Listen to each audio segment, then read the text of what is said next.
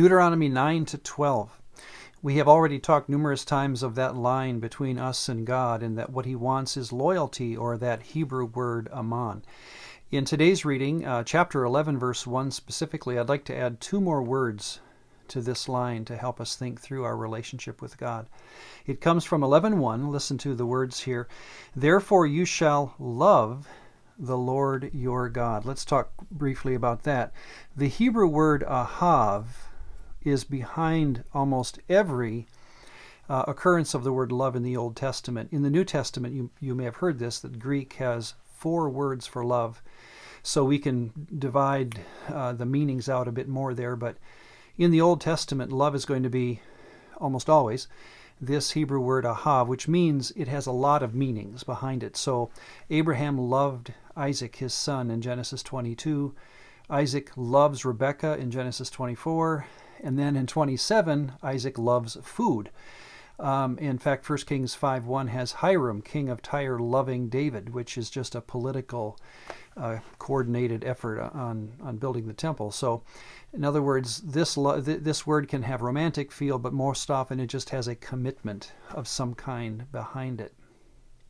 By the way, in 6:5, back in Genesis 6:5, or Deuteronomy 6:5, we had this 3-part way of describing that love: with all your heart, with all your soul, and with all your possessions. Seems to be the best translation, which does seem to mean an internal drive, that this is coming from inside of a person and not from just external forces. Okay? But let me finish 11:1. Therefore you shall love the Lord your God and keep.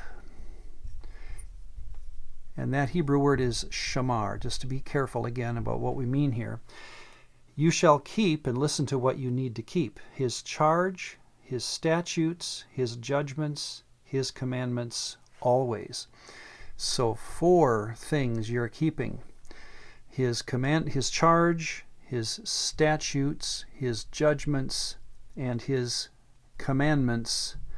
And then just for good measure, he adds the word always. Well, what do we do with this?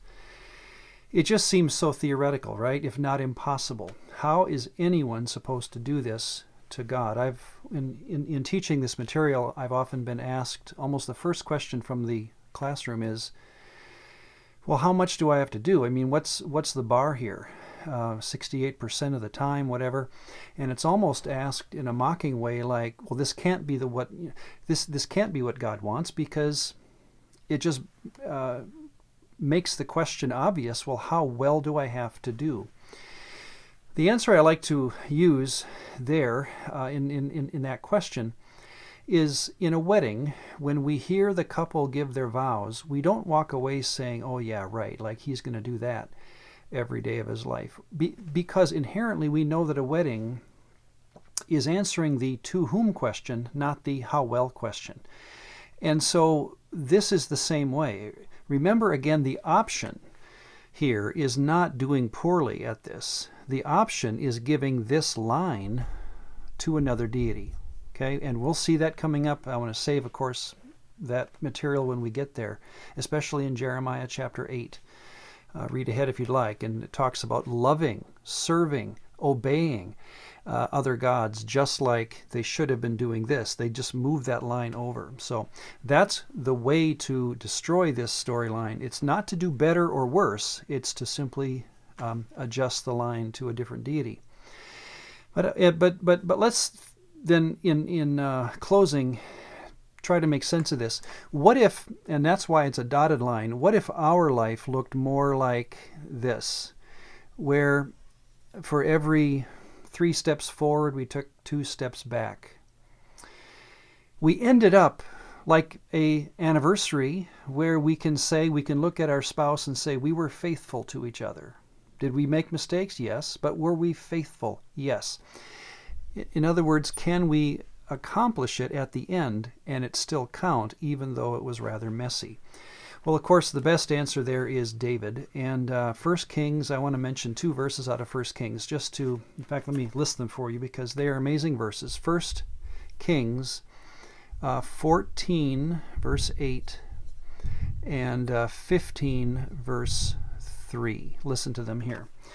Tell Jeroboam, God said, you have not been as my servant David, who kept my commandments and who followed me with all his heart to do only what was right in my eyes.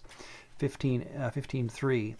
David did what was right in the eyes of the Lord, and had not turned aside from anything that he commanded him all the days of his life. And then he adds, except for Uriah. So everyone remembers that moment. But the point is that all of our lives, David's, ours, yours, mine, we are going to have that really squiggly line all the way to God, but that still counts for what God is asking for here. And then one more thing, and I find this wonderful. Go back one reading, back to Deuteronomy 7, verse 9, and let's ask about this dotted line. What do we do with that dotted line? Well, the answer comes in Deuteronomy 7:9. Therefore know that the Lord your God, He is God, the Aman God, who keeps covenant and mercy with those who ahav him and shamar him, who keep his commandments. In other words, that dotted line is filled in not by us, but by God.